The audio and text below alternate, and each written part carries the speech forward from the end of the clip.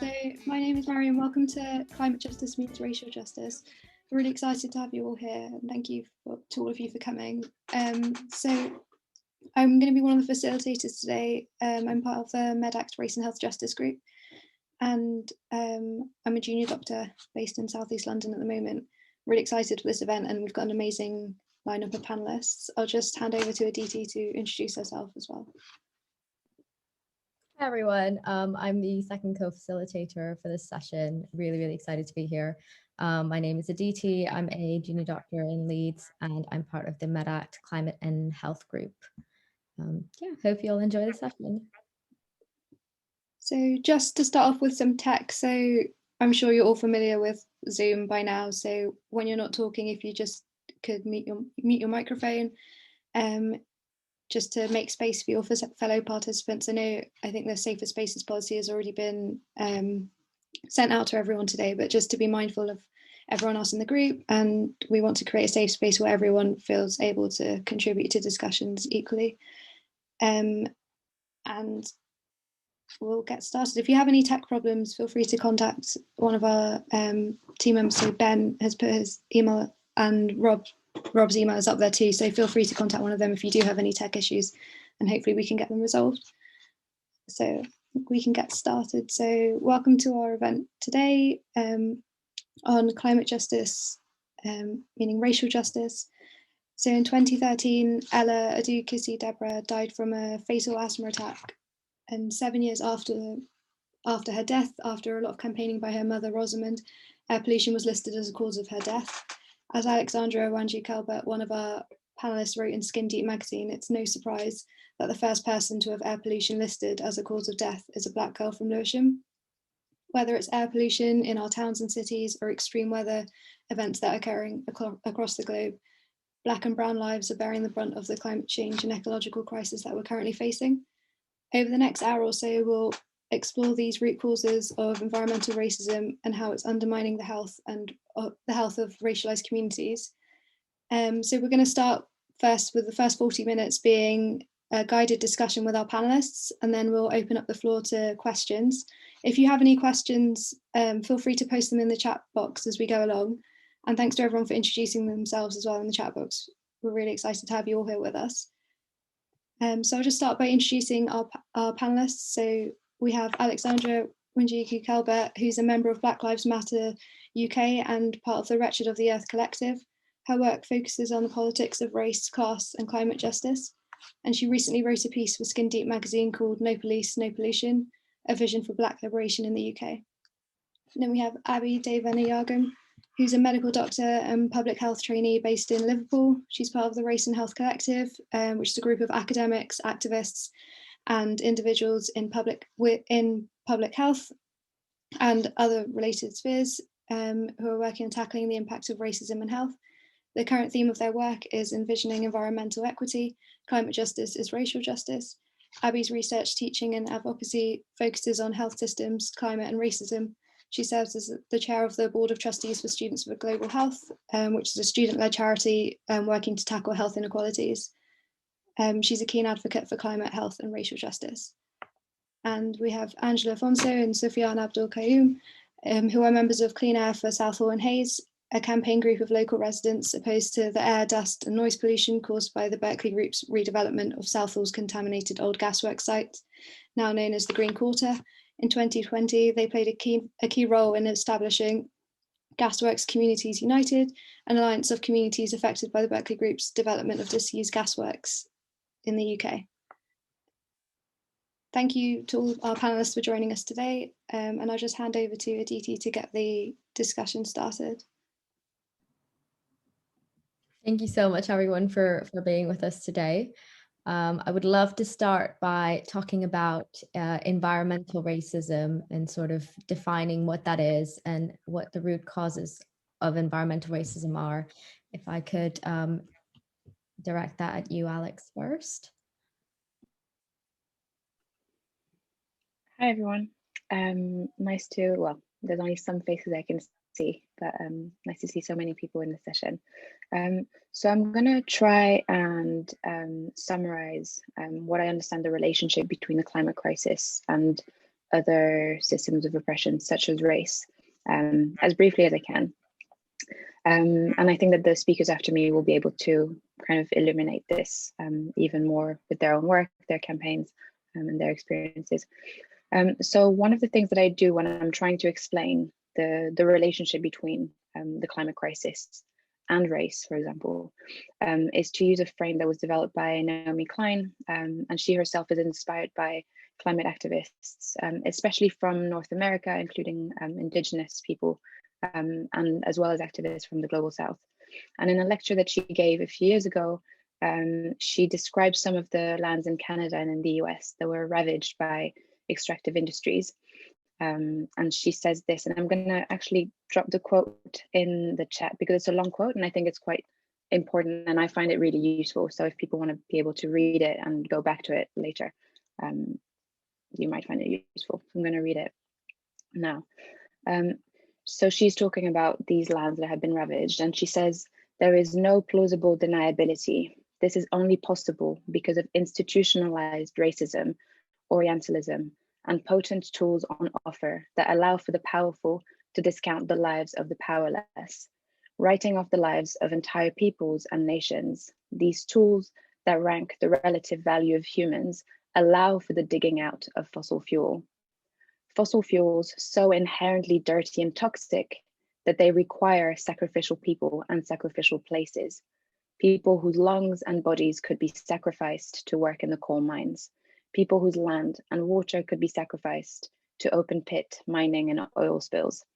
So it's quite it's a fairly lengthy quote, and I can send a link to the wider lecture that she gives. But I think that this framing of sacrificial places and sacrificial people is really the key thing to understand for us when we're trying to make these connections between race and the climate crisis, as well as environmental racism.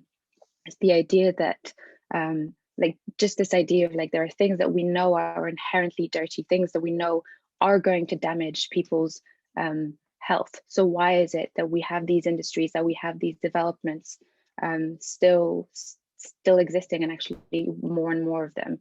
So this framing of sacrifice and sacrificial people and places, I find it useful in that kind of way, and I think it also helps to make a connection with other things as well beyond race. So as we're sitting here in Britain, I assume, I think we have to ask ourselves, who are Britain's sacrificial people and its sacrificial places? And I'm really glad to be sharing a panel with the campaigners from Clean Air for Southall and Hayes, because it's actually an example that I use a lot. So I'm not going to talk about it because I think obviously they're going to do a much better job, because I think that's an example of a place and a community that is being sacrificed. But you can see it as well if you're looking at who lives next to the most polluted roads or the smelliest or the dirtiest industries, whether in London or outside of London. And if you look at whose children actually develop asthma as they grow older, and of course we've already heard the story of Ella Deborah, who lived next to the South Circular and died after a series of asthma attacks. But of course, like many of Britain's sacrificial people and sacrificial places are actually outside of Britain's national borders. And so you have British companies who are able to wreak havoc really far away from sight. And they get away with poisoning people's waters and mining people's lands.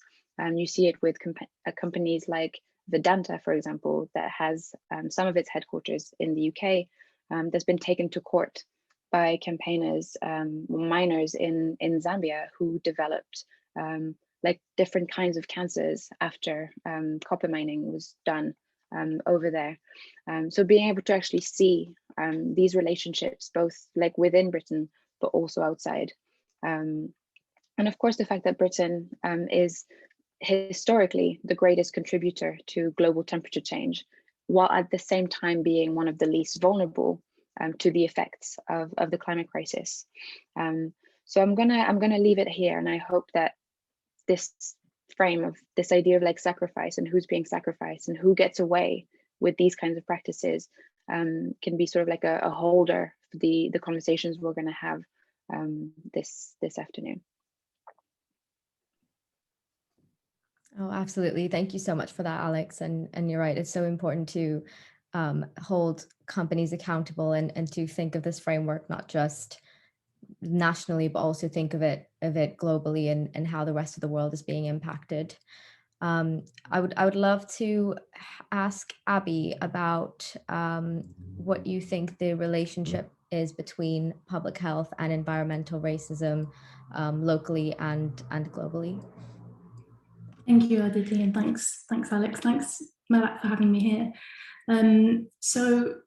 Yeah, I absolutely loved your description. It was spot on in terms of sacrificial people and sacrificial zones, and that's a really useful frame for showing how health inequalities manifest as a result of environmental racism.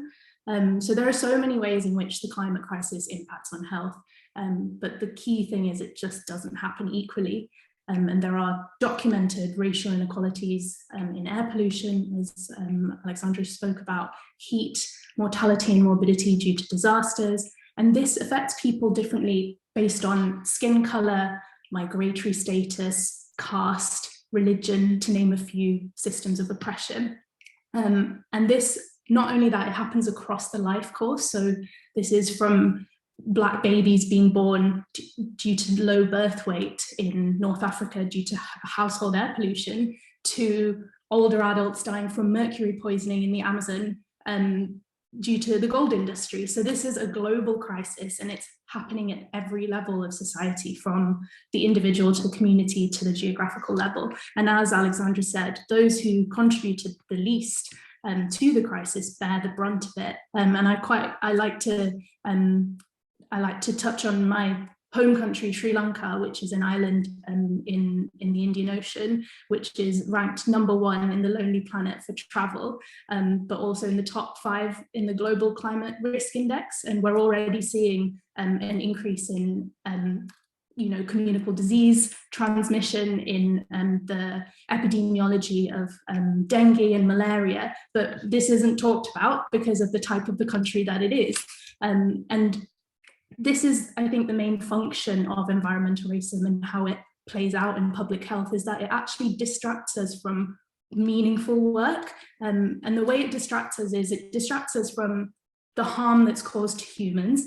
It distracts us from who's actually responsible for the climate crisis. And it also, sometimes at its worst, blames Black, Indigenous and people of colour for fueling it. And finally, it actually makes us debate racism's existence, which is the worst function of racism. So just want to quickly break those down. So how it distracts us from harm for humans is we see the word nature being used as a distraction. Even this earlier this week, you might have seen in the news, David Attenborough, who's someone who's idolized and therefore very rarely held accountable for some very harmful racist messaging amongst his environmentalism. He's producing a new program called Humans Are Intruders. And well, colonists, imperialists and extractors were and are intruders, but it is a small number of people in large industry with large amounts of power who are intruders, and not Indigenous people who are conserving and protecting the natural world. So that language is a distraction. Another distraction is that it's much easier to think about animals and wildlife being harmed by the climate crisis than people of colour and Indigenous people. So that's another distraction. The other thing is it's much easier to think about the climate crisis happening in the future and the health impacts happening in the future, but is happening today. We are seeing small island relocations in the Pacific Islands today, and this is impacting on physical health, mental health. I often like to think about a quote by Dr. Ilan Kelman, and he argues that disasters are a choice. Disasters aren't, the floods and the hurricanes and the sea levels rising. It's the health of the people's lives. Those are the disasters. And finally, I said racism distracts us from who's responsible. Earlier today, we heard about the inequalities in contribution to the climate crisis. So 1% of the global population being responsible for approximately half of all emissions. And then Something else we touched on this morning is that I think environmental racism serves to sometimes blame Black and Indigenous people of colour for fueling this. So again, a lot of mainstream environmentalists fall into the trap of eco-fascism, and at Race and Health, we're quite passionate about this issue, and that basically means that reducing overpopulation is a good thing, and alongside this, they use things like contraception and reproductive health to repackage basically eco-fascism as a solution to the climate crisis. And certainly people of reproductive age in the global south are not to blame for the climate crisis. So this is another distraction. Finally, I just want to talk about another minoritized group that's often forgotten about when we talk about environmental racism, and that's people living in prisons. And there is evidence to show the disproportionate number of Black and brown people and people of colour in prisons. But this issue is inextricably linked to the climate crisis. So during COVID, in prisons, we saw 3 times the mortality rate compared to the average British public. But if you think about what will happen when we have heat waves, prisons are very poorly ventilated. There's very little data on actually the health, climate and prisons. What's our plan for evacuating prisoners? What's our plan for making sure that prisoners are not in already very unhealthy conditions, but worsened by disasters and the climate crisis? Meanwhile, there is a plan to build more prisons and expand more prisons. So what I'm saying is climate justice, and this is what's great about the Green New Deal, is that it is a crossroad for so many causes, including abolition, to come into it as well. And these are just some of the ways that environmental racism manifests itself through health inequalities for prisoners, people of colour, and intersects with all of these issues in health. Absolutely. Thank you so much for that. And it's so useful to hear about the distractions that take us away from addressing the root causes of this, because I think it's so easily forgotten if it's not being talked about and if the distractions are being perpetuated. So thank you so much for that reminder. I'd love to hear from Angela and Sufiyan about environmental racism, specifically in Southall and Hayes, and what you've experienced through your work. Yep. So hi, my name's Sufiyan. For anyone who doesn't know me, in my experience of the campaign, I've worked with the campaign for about 2.5, coming up to 3 years now. Born and bred in Southall. I'm born and bred here, and a property developer called Berkeley Homes came into Southall in the year 2010 to sign, obviously, get the planning permission. Sadly, the council at the time said no, so they went to the GLA, and the GLA gave them the green light to go ahead and build on this contaminated land. So things like naphthalene, benzene, and many other chemicals which we don't even know about are on this site. It's been proven that they are on that site, and the council does not take us into account. We've provided them with evidence, we've showed them things, and they deny it. The developers deny it, and we just feel that is environmental racism because they don't listen. Black and brown people, the asthma rates in Southall are ridiculously high. They're about 60% higher than the national average.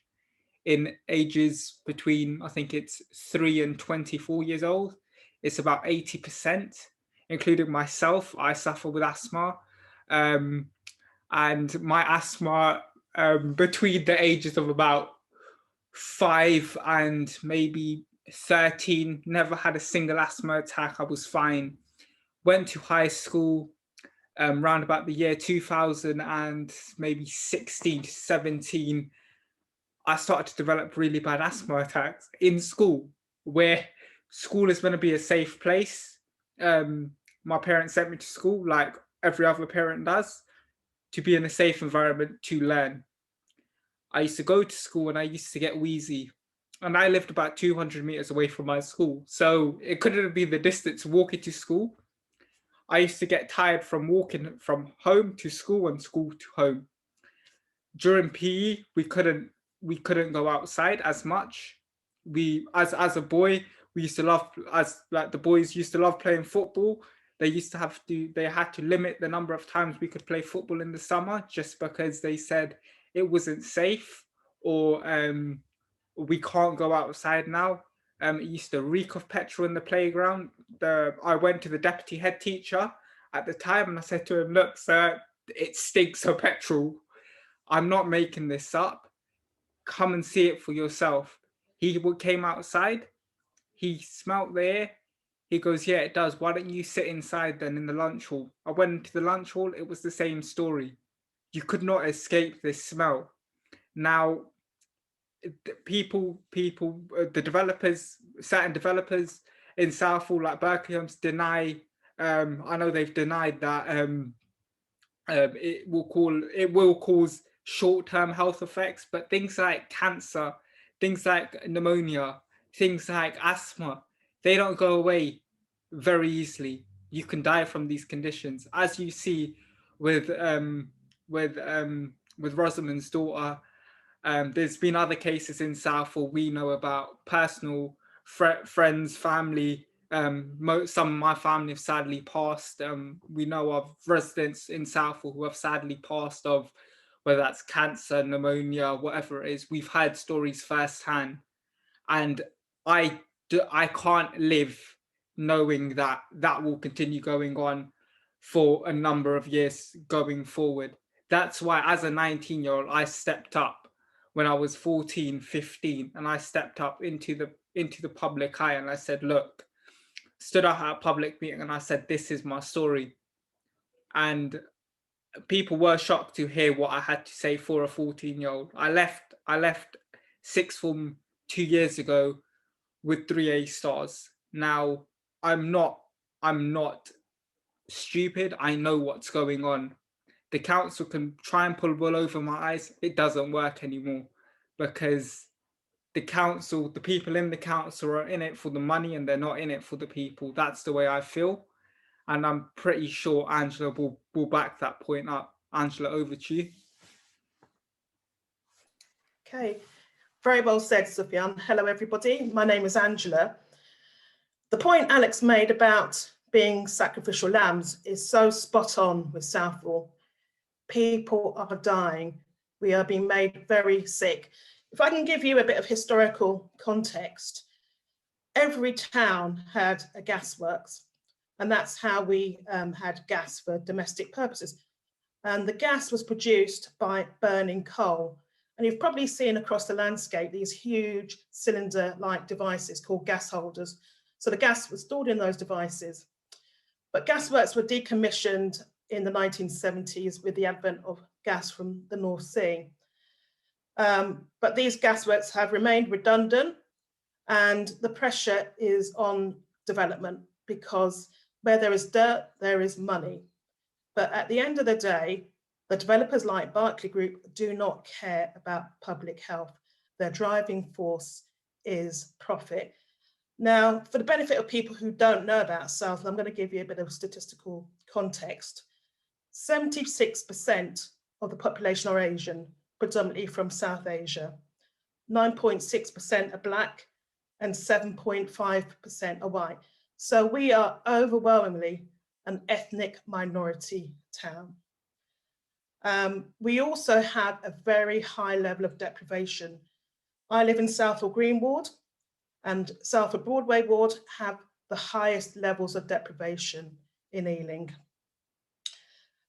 We also have very high levels of diabetes and other comorbidities, such as kidney disease and heart disease. So already the population is very vulnerable to the air pollution caused by the digging up of contaminated land. And, you know, I can't stress enough that people are dying. If you really want to get a very good insight into our daily experience, please come and visit us. We'd be happy to show you around. Next best thing is to actually view the documentary called Is My Neighbourhood Poisoning Me by The Guardian. And you'll find that on the Guardian YouTube channel. When I look at environmental justice theory, it is so applicable to what is happening in Southall. So when you look at distributive justice, we are a predominantly brown and black community, and we are disproportionately affected by the air pollution. And when I say air pollution, we are talking about very harmful chemicals, which Sufiyan has mentioned. Not all of them volatile. There's also arsenic on the site. We find that people who are sympathetic in other parts of Ealing Borough, on the whole, really don't get what we are experiencing. And I'm just going to talk about the authorities for a minute. Ealing Council could use the Environmental Protection Act to serve an enforcement notice against the property developer. But in my opinion, they have chosen not to. And the answer to the question why is because we are black and brown. We are effectively not worth it. Our lives do not mean the same as a white person living in the more affluent areas such as Ealing Common and Hanwell in our borough. So it's not incompetence, it is a deliberate action. Procedural justice, that relates to the Environmental Protection Act. We have constantly campaigned, we've provided the evidence, but in actual fact, the council make it very difficult for us to report what is going on, because the only way to report it is by telephone. Now, during the pandemic, it is very, very difficult to actually get through and speak to somebody in customer services unless you've got at least 30 minutes or more to spend hanging on the phone. Recognition, our experiences simply aren't recognised. In actual fact, we are being gaslit. The council, based on what Public Health England have said, that the air pollution is unlikely to have a toxicological effect, have directed people's attention to the fact that paints and household cleaners contain the substance called benzene. Yes, we know that. But we know from our own experiences that our homes smelling like bitumen melting pots and gas petrol stations, it is coming from the site. And it is quite demoralizing to have to try and counteract a very negative racial dialogue that seeks to deny us justice. I read a very interesting quote. Environmental justice is our cry of defiance against the onslaught of oppressive toxins and toxic oppressions that threaten to submerge our homes. It's actually no longer a threat. It is happening every single day. And I think because people aren't dropping dead instantaneously, it is not receiving the attention that it should. Now, as Sufiyan explained, we are now part of a wider alliance called Gasworks Communities United. And I know that a couple of members of MEDACT live in Brighton. There is a campaign in Brighton called Aghast, who are very concerned on the basis of what we have experienced in Southall, that the same thing could happen with the redevelopment of Brighton Gasworks. Likewise with residents in Worthing. And I think it's fair to say that Brighton and Worthing are not as demographically diverse as Southall. People are more affluent, more able to access roads into power and authority than we are. And because of that, we have successfully lobbied as part of the alliance for an all-party parliamentary group on gasworks. So this is a huge step forward for us. And the first meeting is actually taking place on the 29th of April and is open to the public. And if you follow us on Twitter, we have the link to that particular meeting available. But people often think environmental racism happens in the global South and America. Yes, it does, but it's happening right here in the UK. And what I would also say is that as a result of the film Is My Neighbourhood Poisoning Me, people from poorer areas in London, Newham and Bow in Tower Hamlets, have stepped forward and said, the property developer is doing the same thing where I live, and I'm experiencing the same symptoms as you are, the headaches, nausea, asthma, skin irritation. But like Southall, these are poorer areas, and it is far more difficult when you're struggling to get by in life to actually mobilise and to campaign. And the only reason why I'm able to campaign is because my job allows me to do that. But as a campaigner, I'm very much aware that racism is blatant in this society. I said to Sufiyan the other day that the direct action I can take has to be action that doesn't involve any intervention by the police, yeah? Because I'm Black, I'm 53 almost, and I have to think about the implications that would have for my job. And because I work in education, I could potentially face disciplinary action and be dismissed from my job for bringing my organisation into disrepute. And I have to think about my life as a lone parent, what that would mean for paying my mortgage and looking after my kids. Now, Extinction Rebellion have been very supportive, and we've done a couple of joint protests, one outside of Ealing Town Hall, one outside of Southall Town Hall. But we made it clear that members of CASH could not be involved in any sort of action that would be regarded as being criminal, and they accepted that. So I hope that's giving you an insight into why I feel what is happening in Southall is a very clear-cut case of environmental racism. Thank you. Thank you so much, Angela and Sufiyan, and thank you for all your work and for shining a light on what is happening in the UK itself. And thank you, Sufiyan, for your bravery as well. I can't imagine how demoralizing it must have been to feel that way and be told that no one was going to do anything about it. So yeah, thank you all for your work. I would love to ask you all, maybe we could go in turn, about what your visions of climate justice are and what that would look like to you. If we could start with Alex.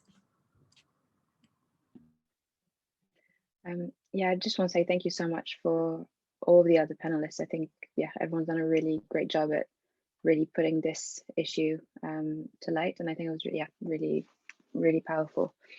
So I'm glad I got to also hear all of that. So I think the question about vision is really important, and I think that there's something useful about the framing of climate justice, because as a starting point, if you start from justice, that's having a vision as your starting point, and I think of doing that kind of forces you, it prevents you from siloing things, right? You can't silo a vision for like a just future. So it means you have to be able to connect the dots. It means you can begin to understand the environmental issues that are at stake without seeing how it intersects with where people live, what class background they have, their race, etc. I think it also pushes us to think beyond scarcity. So it's not just not wanting like fossil fuels as like our main source of energy, but it's also thinking about like, what is it that makes us safe, right? So thinking about health, thinking about safety, thinking about like people thriving, as opposed to having a really limited idea of like what the future could look like. And I think that's an opportunity that we have, I think, as campaigners within the climate movement, and of course outside of it. I wouldn't characterize myself as just a climate activist, because actually it means we have to like think further. We have to think beyond just, for example, having a critical relationship with the police, abolishing the police. It's like, actually, what else do we need to have like these safe and lives where we can thrive? So thinking about like, where do we get our food from? thinking about like water, thinking about housing, like housing that doesn't endanger us. I think some of the campaigns and some of the other areas that have been mentioned by the other panelists, housing is always like a really huge issue when we're thinking about environmental racism. And I think through the pandemic, we've seen a few documentaries and like journalists suddenly being a bit more interested about like people's real life experiences of living in horrific housing situations where there's like mold everywhere. And like, again, like I feel like the theme of asthma is something that we've all touched on, because it's a really easy example because it's so clear. And I think Sufiyan did a really great job at like making that really, like, you can't look away from that story and say that it's anything but what Sufiyan told us it was. And so I think being able to connect food and water and housing and transport and care and how we look after each other, I think is really important. And I think when we're connecting these dots, that's when we make visions that actually mean that we can all thrive. And I think it's also about thinking about who, like, not leaving anyone behind, right? Making sure that everyone's health and care needs are met without exception. And I think that there's a risk that I'm seeing in parts of the climate movement and outside of it, where we, like, it's easy to just like go into quite lazy solutions, nationalist solutions, for example. So there's some of the people who are working towards a Green New Deal are doing it from like a very limited perspective, thinking about like, how do we develop like green energy for Britain in a way that's not actually, that's not even trying to think about like, well, what does it mean to have like a green economy in Britain if there isn't like a radical rethinking of Britain's relationship to the rest of the world? Like, what does it do if just one country in the world has this like beautiful green economy, but no one else has access to that, right? So thinking about reparations as actually the only thing that will lead us to a climate just future, right? So thinking about reparations as the only way that we can actually get to liberation, because we are like, because the problem is interconnected, and so our solutions also need to be interconnected. So I think not being lazy about thinking about the solutions that will take us to this vision is actually inevitable. We can't afford to silo all of that. Yeah, and I'm going to post a link in the chat actually to a really, really great report. It's also in a book. I think you can actually order it for free online, by Harpreet and Dahlia, who were also involved in the Rest of the Earth. And it's on like a global Green New Deal, and I think it has loads of really useful resources in there. Absolutely. Thank you so much, Alex. And you're right, the thinking about it intersectionally is really, really important. We hand over to Abby. Thank you. Yeah, when we think about vision, it's really important that we all have the same common vision. And I think that's something that we need to communicate, because someone, as Alex just mentioned, one person's Green New Deal might just be a lazy, greenwashed Green New Deal, whereas another person's will be centered in justice. And of course, Madat's briefing is an excellent example of justice being at the center of the Green New Deal. But when you say vision, it made me think about like radical imagination and how we can practice that every day. So I just want to share a quote by Arundhati Roy, who's a writer from South India. And she says, "Another world is not only possible, she is on her way. On a quiet day, I can hear her breathing." And I think that quote really shows us that even this event here today is a product of people's radical thinking. And I mean, radical is one of those words that can be a bit cringeworthy, but I want to, really unthinkable thinking. And another concept that I came across quite recently is the Overton Window, which is essentially like a box, if you want to think of it. And we've got a spectrum of, freedom and authoritarianism, whatever your left and right might be, and in the middle is where we have our policies and maybe the unusual as well, and then on either side you have radical ideas and action, and then you have unthinkable ideas and action. And this window really moves depending on a few catalysts always talking and debating and bringing to the light radical, unthinkable ideas. And, you know, net zero was one of them. Green New Deal was one of them. So I think using that radical thinking and thinking the unthinkable and speaking about the unthinkable is a really important part of sharing our vision.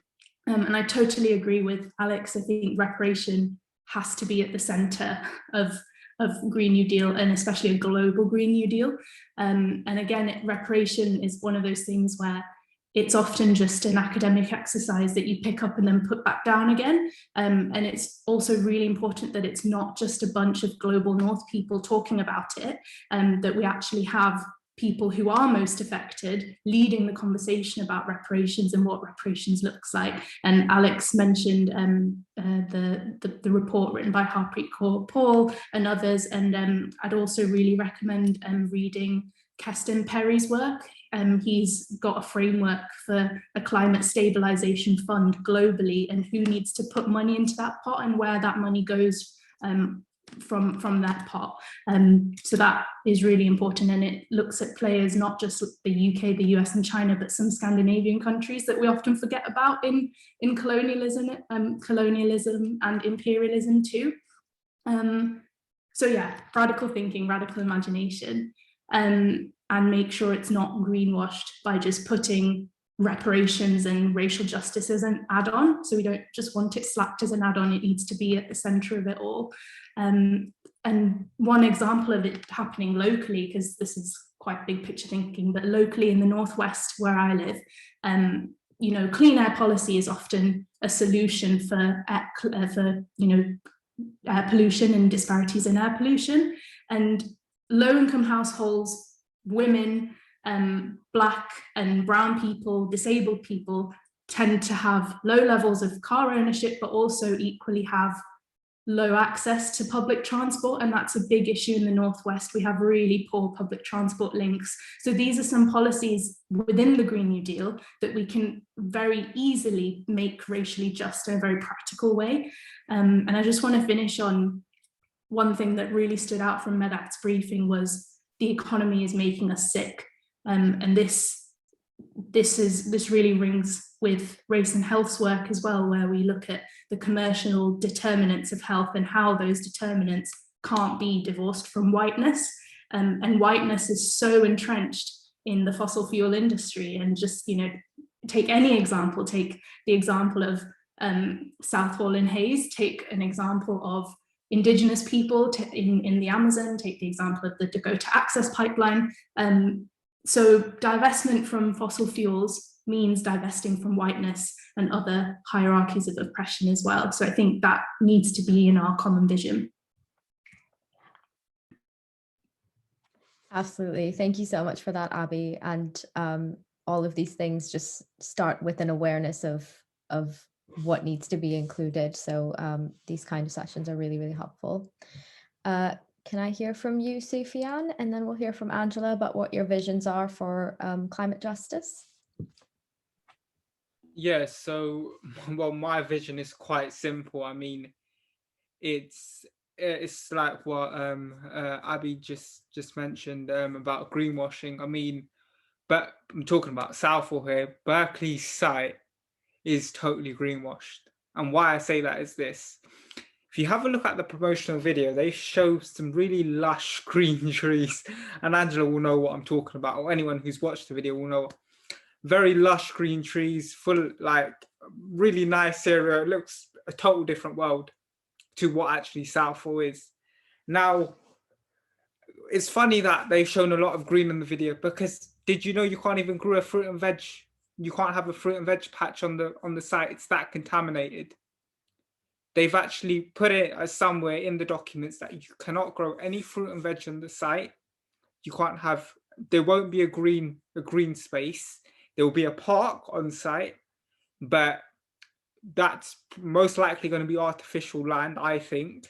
I'm just speculating here, but I think it will be artificial grass, because I don't know how real grass would survive, or if it is, it must be highly treated. And it's totally greenwashed, that video, and they've removed certain bits of Southall. And when I say certain bits of Southall, they've taken out the Gurdwara from from Park Avenue, which is the road which runs along. And I rang the marketing suite as a investor, and what I said to them was, I'm quite intrigued in your marketing video. I've noticed that there's no Gurdwara on site, but when I've looked on Google Maps, there's actually a Gurdwara. They go, yeah, it's just been built a couple of weeks ago. And I said, oh, really? That Gurdwara has been there for about 60 years or longer. So they've played this game very carefully, the way I feel. And they're marketing it somewhere where people don't know Southall. But the locals, like I've showed locals the video and I'm saying, and I've not told them this is Southall. I've said, where do you think this is? They're totally lost. And I'm like, this is the road you're standing on. They're showing traffic flowing like anything. It's going nice and like smoothly. Traffic itself was horrendous. Angela will know this. Traffic could back up from South Road all the way to Western Road very easily, and that's about 1.5 miles. From junction to junction, it could take you about 15 minutes. The other day, I went up to Surrey to visit some family. I was in a car. We drove from one part of Surrey to the other part of Surrey in 15 minutes, and that was about a 5-mile journey. And if I was to do that in Southall, that would have taken me at least 30 to 40 minutes because the traffic is that bad. Now, I just feel that greenwashing has happened with Berkeley site, and it will continue to until they are called out by these investors to say, well, I've invested into this property, but it's nothing like you've described. It's false advertising. And that, quite frankly, is not right to do. Because if you're going to buy something, it needs to be fit for purpose. It's like buying a screwdriver to hammer something in. It doesn't work. So it needs to be fit for purpose, and their sites aren't fit for purpose to what they've advertised it as. And that's all I've got to say about it, really. Ange, would you like to say anything? Yeah, I think I'd like to pick up on what Alex said about housing, because what is happening in Southall intersects with the whole debate around housing and affordability and, supposedly lack of housing for the population. So the site that we are campaigning about, they're building 3,750 new homes. Only a small percentage of that is deemed affordable, and the vast majority are actually being marketed in the Far East.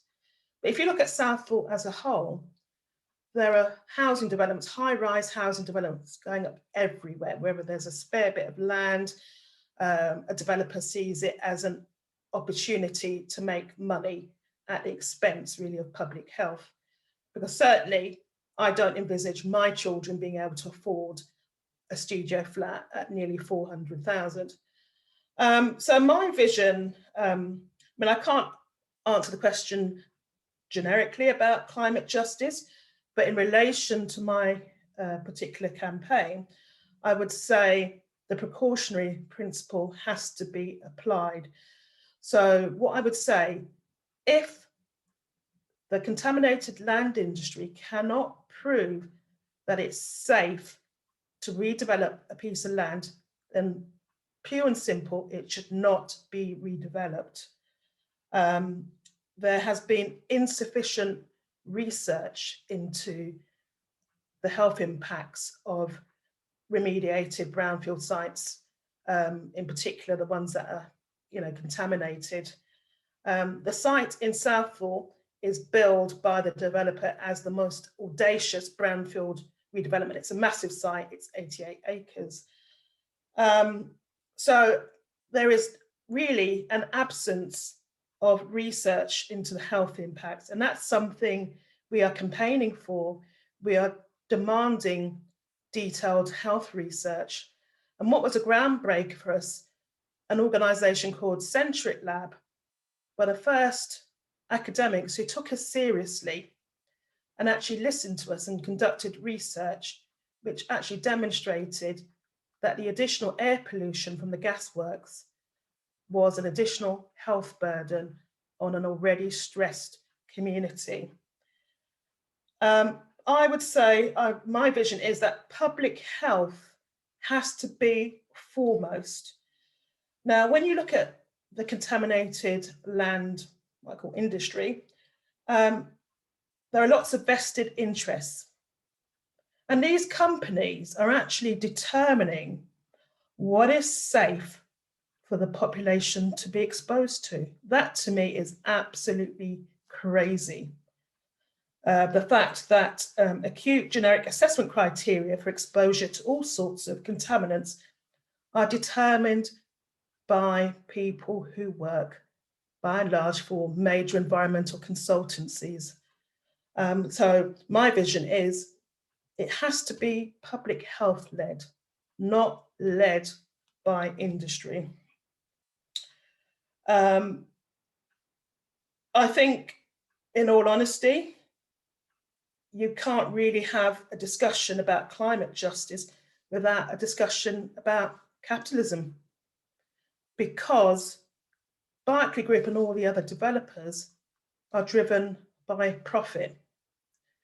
So they would argue that remediating land is very expensive and they've got to cover their costs. That is why they are building high rises, which are 20 stories plus high. There is no benefit to the local community. We're not going to be able to afford a box flat. It's limiting access to space. It's having an impact on our emotional health and well-being. So ultimately, what I would say is we've got to somehow try and get to a situation where public health is first, not the interests of the people who want to make money out of dirty land. I would also like to think, just kind of like broadening it out, that as a result of the pandemic, people are starting to think about the choices that they make. So is it essential that they need to travel to the office every day? Or can they compromise and do some of their work at home? You know, is it essential that every week they're buying a new outfit from Primark? I mean, it certainly made me think about my own consumerism. But it's very difficult to tell, judging by popping out to the shops the other day, whether, you know, people will make changes to, you know, long-held beliefs and habits. But I think, you know, looking at our campaign, there has to be kind of like a wider conversation about housing and what is actually being provided to meet the housing need. Thank you. Thank you so much, Angela and Sufiyan. It's so frustrating. I find it so frustrating when people put profit above the climate, because you can have all the money of the world, but you won't have a world to live in. So it just seems really, really crazy to me. I'm going to hand over to Mariam now to talk more about Health for a Green New Deal. Thank you so much for such an engaging discussion on environmental justice and climate justice. So just to finish off our guided discussion, I'd just like to pose the following question. So how do we ensure that specific Green New Deal policies are racially just? So I'd just like to pose that question to all our panelists. So we can start off with Alex again, if that's all right.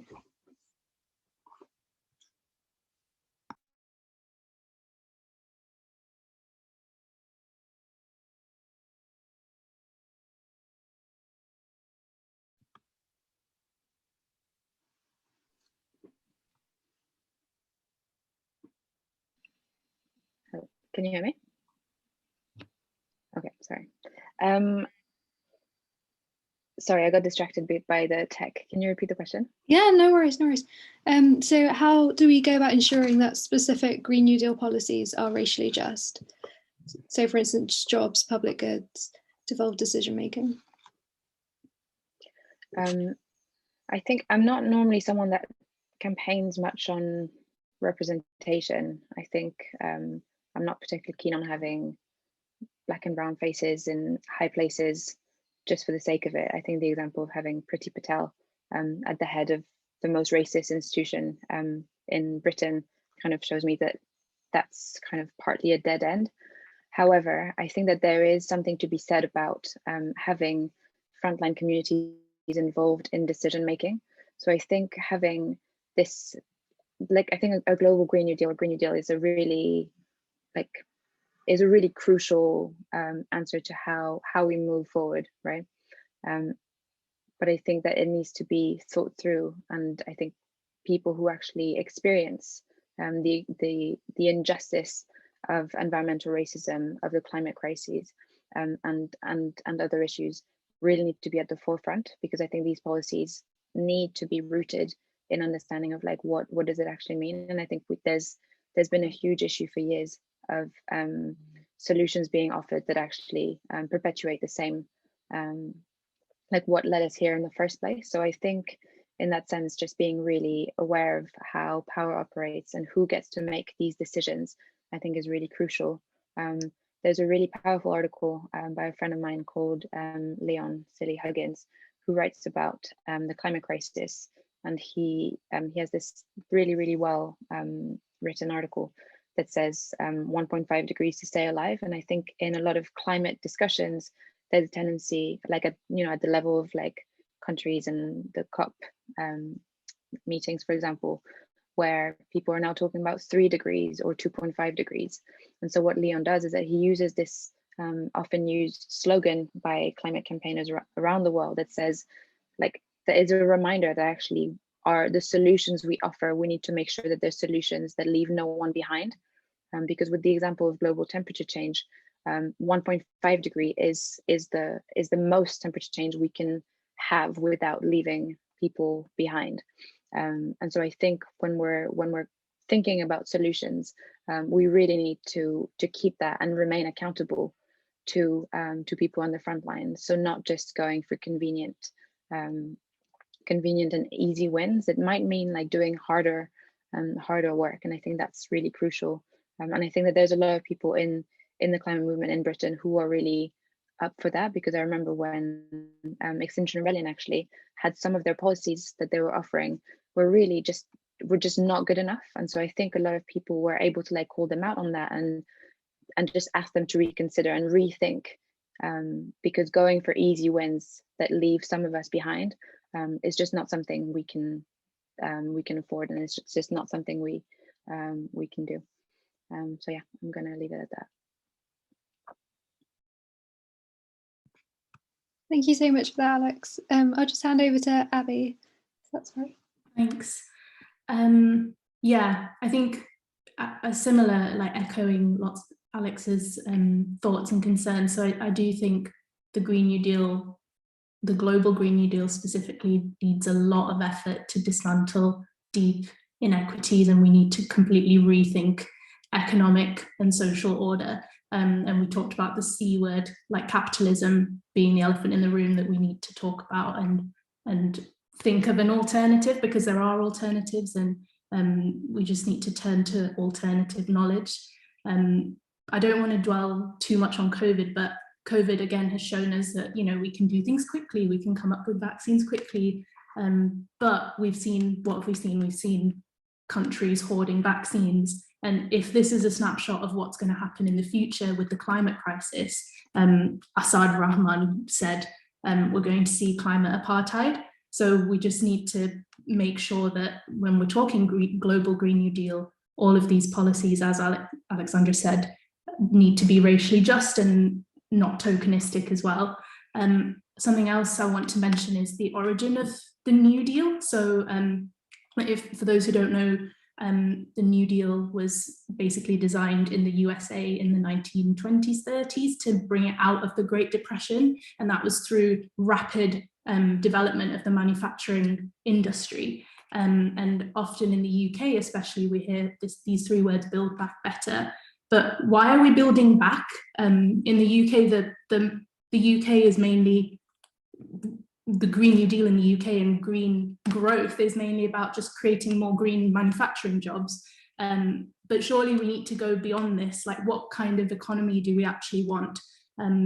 I think it means pulling the brakes on business as usual, and, you know, decarbonising the UK by 2030 means reaching negative 200% of its 1990 levels. So building back better is, again, it's just something that we need to critique all the time. Like, is this going far enough? Is this unthinkable enough?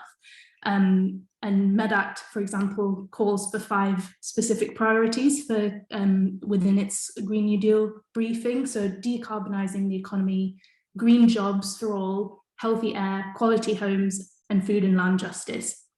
So if we take green jobs, the UK government is all up for creating green jobs. You know, the business secretary is very proud of the thousands of green jobs created outside of London. So that's happening. But how do you support people to get into those jobs? What policies do we have to make sure that people who are in low paid, insecure jobs, who are mostly people of colour, migrants, disabled people and women, how do we get those people into the green jobs? How do we support that? How do we sustain that?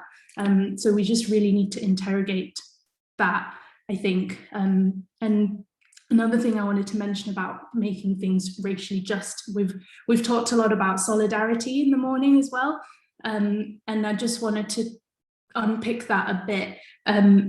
First step is, I don't think solidarity is just, you know, some people genuinely think, and especially the climate movement, we've talked about XR and other organisations that have been critiqued for this, is solidarity is not saying, come join our white majority movement.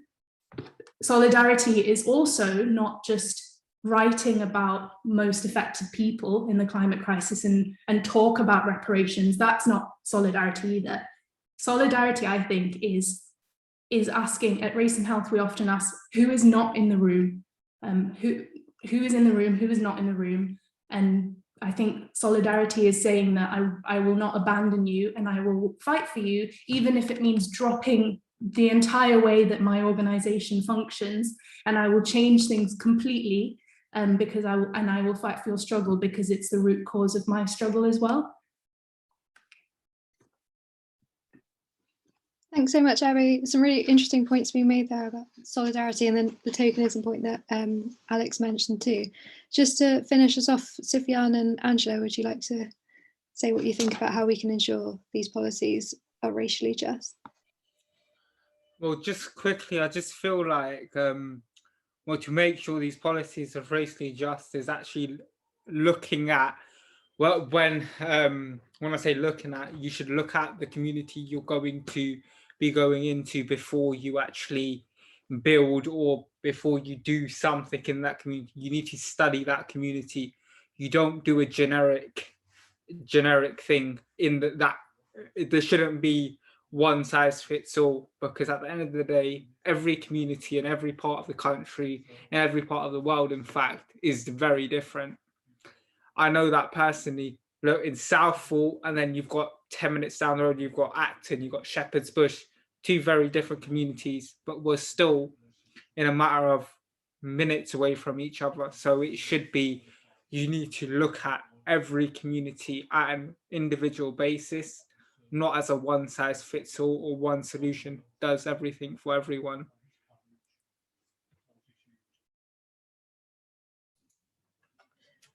Yeah, I would just like to say that there's a lot of talk about not doing to communities, but with communities.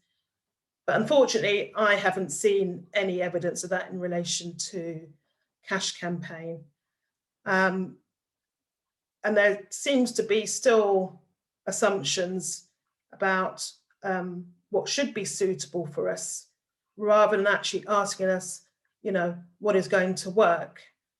So I feel quite disillusioned in that respect, because obviously the people who are making these decisions are predominantly white and privileged. And I think, in my opinion, the only way that there's going to be genuine change are people from ethnic minorities actually entering positions to influence and write the policies, for everyone. But we are a long way off that.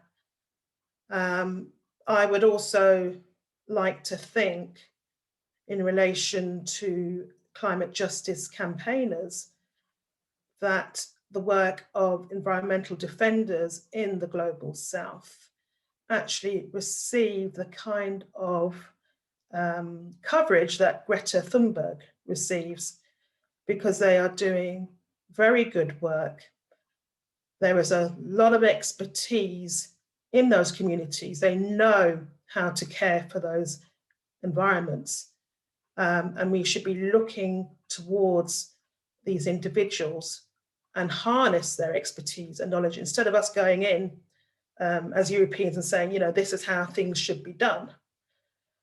I think ultimately it stems back to, in this country, education.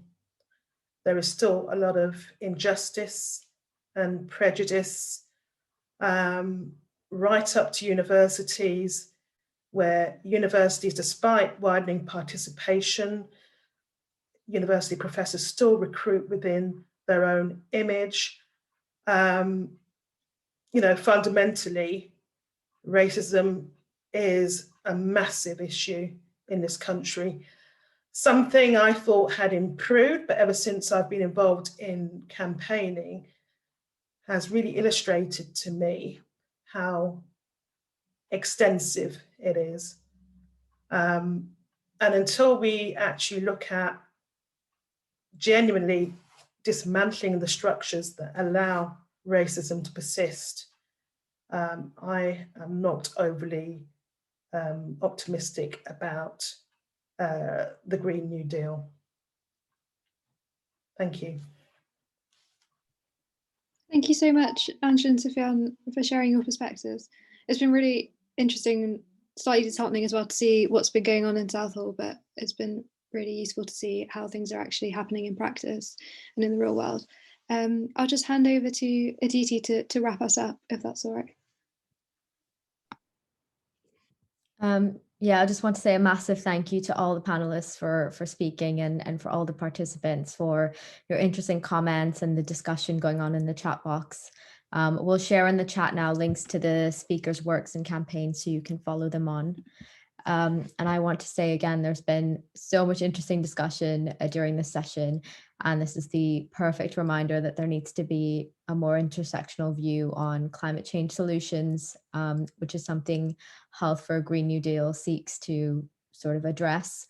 It's so important, and the nature of this kind of thinking means that we all really benefit from more people being involved, more experiences, more opinions, more manpower. And it's a really, really fascinating space to work within. So we hope that you'll get involved with Health for a Green New Deal or anything else that piques your interest within MedAct, because we really benefit from all of your opinions and experiences. And we hope that you'll join health workers advocating for health equity. You can sign up to keep up to date with Race and Health, the Race and Health Justice Group on the MedAct website, and the Climate and Health Group as well. We'll put a link in the chat box for that as well. Yeah, thank you all again.